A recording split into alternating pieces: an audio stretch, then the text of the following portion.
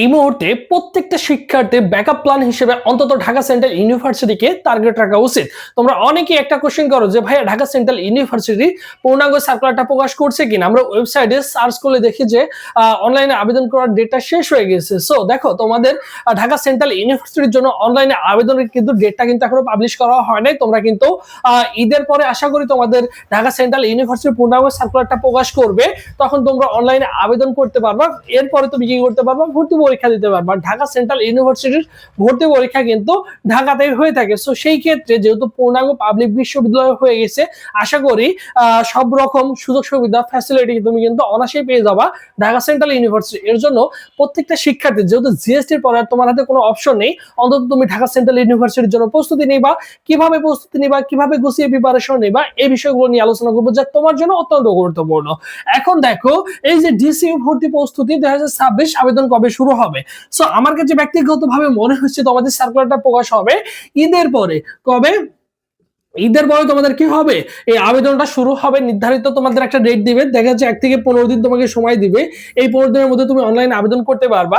তোমরা সকলেই জানো ঢাকা সেন্ট্রাল ইউনিভার্সিটি তোমাদের কিন্তু কি নেই, বিভাগ পরিবর্তন নেই। সেকেন্ড টাইম আছে, কি আছে, সেকেন্ড টাইম পরীক্ষা দিতে পারবা। বিভাগ পরিবর্তনের পরীক্ষা দেওয়া যায় না। সায়েন্সের জন্য 7 পয়েন্ট থাকলেই পরীক্ষা দেওয়া যায়।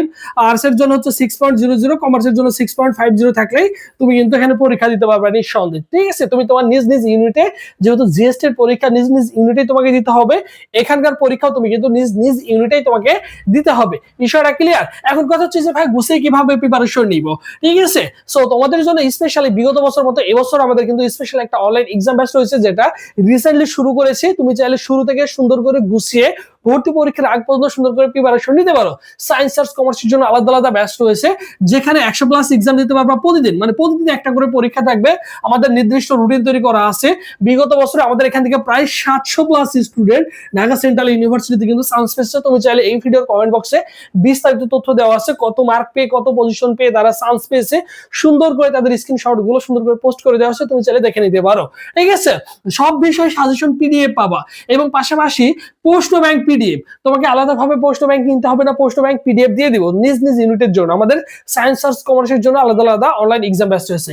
ফি হচ্ছে মাত্র 200 টাকা, সকল ইউনিটের জন্য আলাদা আলাদা ব্যাচ ফি। এবং ভর্তি হওয়ার প্রসেস 01727675241 এই নম্বরে 200 টাকা বিকাশ বা নগদ সেট মানি করে এই নম্বরে হোয়াটসঅ্যাপে নক করলে তোমাকে সকলের সাথে গ্রুপে অ্যাড করে দেওয়া হবে। আর এখান থেকেই তুমি কিন্তু সবকিছু অনায়াসেই পেয়ে যাবা নিঃসন্দেহে। তোমাকে কোনো কিছু টেনশন করতে হবে না, তুমি অনায়াসেই সবকিছু পেয়ে যাবা। ভর্তি হওয়ার প্রসেস দেখো, বলেই দিলাম। এই নম্বরে 200 টাকা বিকাশ বা নগদ সেট মানি করে এই নম্বরে হোয়াটসঅ্যাপে নক করবা। আর এটা হচ্ছে আমাদের অফিসিয়াল ফেসবুক পেজ। সবুজ স্যার লিখে ফেসবুক অপশনে সার্চ করলে আমাদের অফিসিয়াল ফেসবুক পেজ পেয়ে যাবা। এই পেজে এসএমএস করলে ভাই তোমাকে রেসপন্স করবে। সো যারা সুন্দর করে গুছিয়ে প্রিপারেশন নিতে চাচ্ছ, তুমি চাইলে আমাদের সাথে কিন্তু নিতে পারো। ঠিক আছে, আমরা অলমোস্ট এক্সাম ব্যাচ চালু করে দিয়েছি। তুমি চাইলে সুন্দর করে গুছিয়ে আজকে ভর্তি হয়ে আজকে থেকেই তুমি কি করতে পারবা, কন্টিনিউ করতে পারবা। তোমাদের পরীক্ষাগুলো হয়ে থাকে প্রতিদিন রাত 8টা হয়ে থাকে, সায়েন্সের পরীক্ষাগুলো হয়ে থাকে রাত 10টা বাজে। ঠিক আছে, সো যারা যুক্ত হতে চাও অবশ্যই ভাইদের সাথে দ্রুত যোগাযোগ করবা। কোন নম্বরে? এই নম্বরে যোগাযোগ করলেই হবে। হোয়াটসঅ্যাপে ডিরেক্টলি নক করলেই তুমি বিস্তারিত তথ্য পেয়ে যাবা, জেনে যাবা কিভাবে কি করতে হবে। ঠিক আছে, সবাই ভালো থাকো, সুস্থ থাকো। পরবর্তীতে আবার তোমাদের সাথে দেখা হচ্ছে। আল্লাহ হাফেজ।